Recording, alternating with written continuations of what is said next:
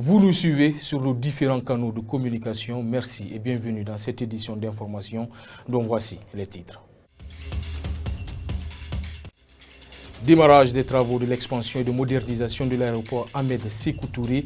Le coût de réalisation des bâtiments administratifs de la première phase de ce projet s'élève à hauteur de 26 millions d'euros.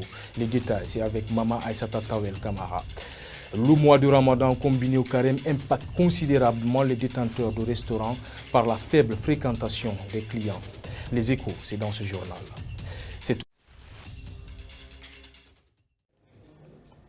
Encore une fois, bienvenue. Je vous disais dans les titres, les travaux de l'expansion et de modernisation de l'aéroport Ahmed Sékou Touré ont été lancés ce samedi. Ce projet de grande envergure financé par le gouvernement guinéen sera réalisé par la société Al-Baraïk. La première phase du dit projet est la construction des bâtiments administratifs qui est financée à hauteur de 26 millions d'euros. L'aéroport sera doté d'un nouveau terminal passager de 32 000 m², des bureaux administratifs de la SOSEAG, la construction d'un complexe hôtelier et plusieurs autres infrastructures. La cérémonie s'est tenue dans le parking de l'aéroport. Mama Aïssata Tawel Kamara et Baba Kamara. L'aéroport Ahmed Sékou Touré en phase d'expansion et de modernisation. Avec un chiffre record de 632 000 passagers en 2022, ce projet d'agrandissement et de rénovation va tripler ce nombre au cours des 20 prochaines années. L'aéroport sera doté d'un nouveau terminal passager de 32 000 m², des bureaux administratifs de la SOGEAC, la construction d'un complexe hôtelier, d'un nouveau terminal cargo de 3 600, d'une nouvelle caserne pompière et d'une nouvelle centrale électrique. Alors c'est carrément, je dirais bien, un nouvel aéroport qu'on va construire. On va démolir et construire en même temps. La plateforme la plus importante, c'est le terminal. Le terminal aura une capacité de 32 000 m², donc 3 hectares. Le terminal partira du siège de la SOGEAC jusqu'au pavillon présidentiel. On va tout absorber. Nous allons, dans les 6 prochains mois, Inch'Allah, construire un cargo fret terminal sur plus de 3 000 m² avec une capacité de traitement de 20 000 tonnes. Avec ce projet, nous allons atteindre 3 millions de passagers par an, ce qui est significatif et qui est historique dans notre pays. Mais avec ce projet, nous prouvons à la face du monde que nous sommes aussi capables d'abriter des infrastructures aéroportuaires modernes. Le financement de ce projet sera reparti en 5 phases. La première va consister à la construction des bâtiments administratifs qui sera financée à hauteur de 26 millions d'euros et les autres phases vont être évaluées en cours de réalisation par des cabinets. La société Al-Baraïk, qui a bénéficié de la réalisation des travaux de ce projet, promet de respecter le délai de 20 mois. Al-Baraïk est déterminé à respecter le calendrier contractuel dans le cadre de la réalisation de ces projets. L'achèvement de ces travaux offrira aux compagnies aériennes un meilleur cadre dans l'exercice de leurs activités. Le Premier ministre Bernard Goumou a dans son allocution décliné la vision du CNRD. L'aéroport décrit notre symbole, notre identité. Pour le colonel Mamadi Doumbouya, travailler sur ces premières données empiriques d'appréciation du pays doivent toutes être ouvertes. C'est la portée de ce projet ambitieux. Je salue les efforts déployés ces derniers mois par les équipes de la SOGEAC pour relever ce défi. Le président de la transition les adresse ses vifs remerciements pour la mise en œuvre de ce projet. Le président de la transition souhaite un climat social apaisé sur la plateforme aéroportuaire de Conakry à travers un dialogue permanent, la prise en compte des responsables des préoccupations de toutes les parties prenantes.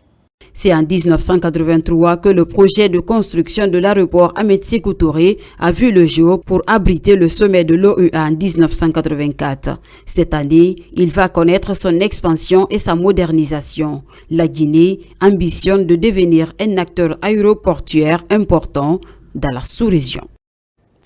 Et puis, ces travaux d'extension et de modernisation de l'aéroport international Ahmed Sékou Touré viennent rallonger la liste de plusieurs autres chantiers lancés par le gouvernement de la transition.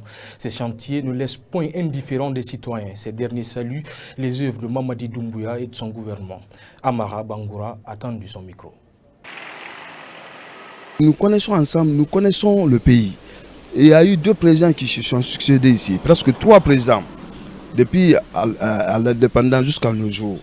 Hein? Je ne dis pas que ces 3 présidents n'ont rien fait, qui sont élus ici démocratiquement, mais ce que le monsieur est aussi en train de faire, franchement, on va essayer vraiment de l'encourager. Moi, ce que je peux dire aux Guinéens, d'arrêter de les réprimander, de leur donner vraiment le temps. Regardez ce qu'il est en train d'octroyer aux Guinéens. D'arrêter de dire, ah, il est venu trouver des travaux là comme ça, il est en train de faire les travaux de tel. Non, même s'il est en train de faire, mais il fait pour nous. Le pays a connu beaucoup d'échecs, mais la junte militaire qui est à la tête du pays, nous savons, nous les observons, ils ont le souci du développement de ce pays. Cela est à soutenir. Nous ne pouvons pas les juger, c'est sur le fait on les juge. Ils ont promis 24 mois, après les 24 mois, peut-être ils vont organiser les élections, peut-être ils vont s'éterniser. Mais à vue d'œil, ce qu'ils sont en train de réaliser, les gouvernements passés n'ont pas réussi à le faire. Ils sont en train de poser des actes indélébiles qui sont visibles par tous les Guinéens. Certes, ce n'est pas sa mission, mais ceux qui sont venus le 5 septembre, c'est des Guinéens. Ils sont d'abord disposés à faire, comment dirais-je, ce qu'ils peuvent faire. Et je pense que dans le futur, nous allons les remercier pour ce qu'ils ont fait. Certes, la mission n'est pas là, mais quand même, s'ils ont des orientations dans ce sens, on peut continuer avec eux. Ça, ce n'est pas un problème. L'avènement des nouvelles technologies de l'information et de la communication ont permis au monde d'aujourd'hui d'avoir la facilité dans la pratique de toutes les activités. Au moins plus de 99% de personnes en Guinée utilisent la nouvelle technologie. Cette situation reste un phénomène très apprécié par certains usagers. La rédaction de Kavi Media s'est intéressée à ce sujet. Aïssata Kourouma est allée à la rencontre des acteurs impliqués. Il y a 30 ans, tout reposait sur l'analogie. De nos jours, les technologies de l'information et de la communication ont pris de l'ascendant dans tous les domaines de la vie. En Guinée, le numérique est plus utilisé par la nouvelle génération. C'est le cas chez Kerno Ibrahima Diallo qui apprécie l'évolution de la technologie. J'avoue que ça a beaucoup évolué. Parce que quand je prends au moment où nous étions très jeunes, d'accord, dans les années 2005, d'accord, il n'y avait pas tout cet engouement autour de la technologie et les opérateurs de téléphonie mobile étaient en train de s'installer au fur et à mesure. Avec l'arrivée de certains opérateurs, directement, on a connu Internet. Et dans les années 2011, 2012, 2013, ça a fait un boom avec l'arrivée des réseaux sociaux, d'accord. Il y a même en ce moment que beaucoup de Guinéens ont connu c'est quoi un email, c'est quoi aller sur Internet, les chiffres le montrent en gros. Et depuis ça, franchement, aujourd'hui, nous pouvons dire que ça va. Facebook, YouTube, Instagram et les autres réseaux sociaux en général constituent un atout pour le monde. Pour cet autre informaticien, il trouve que ces avantages sont énormes. Il donne son point de vue. Ça devient inconcevable de vivre sans la technologie en 2023. Donc du coup, en matière de... C'est devenu un style de vie, un mode de vie où toute notre vie est liée à la technologie. Il faut noter que le développement de la technologie a permis de trouver des voies et moyens rapides d'accès, de distribution, de l'information et des moyens pour faire des activités en temps réel et à moindre coût. Des eaux de ruissellement débordant sur la voie publique, telle est l'image de la route secondaire Sangoya-Matoto-Taneri après la rénovation. Sur cette voie, la circulation devient de plus en plus difficile, une situation causée par le manque de caniveaux dans certains endroits. Avec cette présence des eaux usées, des riverains et des usagers de cette voie se disent être exposés à plusieurs difficultés. Nos reporters Lansana Fofana et Ibrahima Kamara signent ce reportage.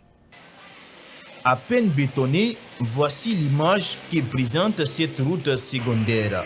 Ici, en saison chaude comme pluvieuse, les eaux usées coulent sans interruption. Pour circuler sur ces tronçons, certains usagers, comme les motards, sont obligés de soulever les pieds à l'air pour ne pas se salir. Cette eau de ruissellement peut nous donner beaucoup de maladies. Nous passons ici à tout moment, ce qui fait que nos habits sont toujours tachés par cette eau. même les passagers se plaignent. À Matoto Rabitaya, des eaux usées ont dégradé la chaussée, alors que la rénovation de cette route a été difficilement obtenue. Pour ce citoyen, l'entreprise qui a réalisé les travaux a mis sur plusieurs endroits un seul caniveau.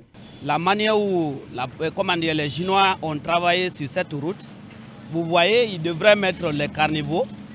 Rien n'a été fait. Et la population a l'air tout. Ils prennent les plastiques et mettent ça dedans. Ici, toutes les eaux usées qui viennent des différents quartiers ruissellent sur la chaussée. Mariam Kamara est habitante au quartier Sangoya. Avec la présence de ces eaux d'égout, Mariam et sa coépouse n'ont pas d'autre choix que de préparer auprès de ces eaux. Elle sollicite l'aide des autorités. Cette eau sale quitte loin. Nous n'avons aucune possibilité d'empêcher cela. Il faut que les autorités nous viennent en aide. Cette eau nous fatigue pendant la saison sèche, tout comme pendant la saison pluvieuse. Nos tentatives d'avoir les responsables de la mairie de Matoto par rapport aux dispositions prises pour remédier à cette problématique sont restées vaines. Pendant ces temps, ces eaux usées règnent à mettre sur cette route secondaire qui est de nos jours beaucoup plus pratiquée par les usagers pour éviter les bouchons de l'autoroute. Les propriétaires des restaurants sont durement impactés par la période de Ramadan combinée au carême. Ils sont confrontés à un manque de fréquentation de la clientèle. La plupart des restaurants sont fermés dans la journée et peu sont ceux qui ouvrent partiellement le soir. Cependant, certains s'en sortent tant bien que mal. Mamadou Tanouba a fait le tour de quelques restaurants. Difficile de trouver un restaurant ouvert en plein jour pendant cette période de Ramadan et de Carême. La plupart d'entre eux ont leurs portes fermées. Ceux qui sont ouverts sont quasi vides. Franck Ouchegbou est propriétaire d'un restaurant sur la corniche de Taouya. Actuellement, sa clientèle a baissé de façon drastique. C'est le mois de Ramadan, il n'y a pas de clients. Il n'y a personne. C'est pas comme avant. Là, la nuit seulement MP. C'est pas facile parce que obligatoirement on va payer la couronne, on va payer l'employé. On ne va pas dire c'est le mois de Ramadan, on ne paye pas. On ne va pas dire la IDD. Il n'y a pas, c'est le Ramadan, tu ne peux pas payer la couronne. Donc, on va voir comment on va payer ça. Fodé Keita évolue dans la restauration depuis 3 ans maintenant. Il profite du mois de Ramadan pour faire quelques travaux d'entretien de son restaurant. Il dit avoir une clientèle fidèle qui fait la rupture chez lui. Ce sont des clients fidèles à nous qui viennent à chaque fois commander. Par les mois de Ramadan, à travers eux, on arrive quand même à s'en sortir quand même pour le moment. Parce qu'eux, ils lancent leurs commandes. Plupart, même pour leur rupture, c'est chez nous qu'ils prennent.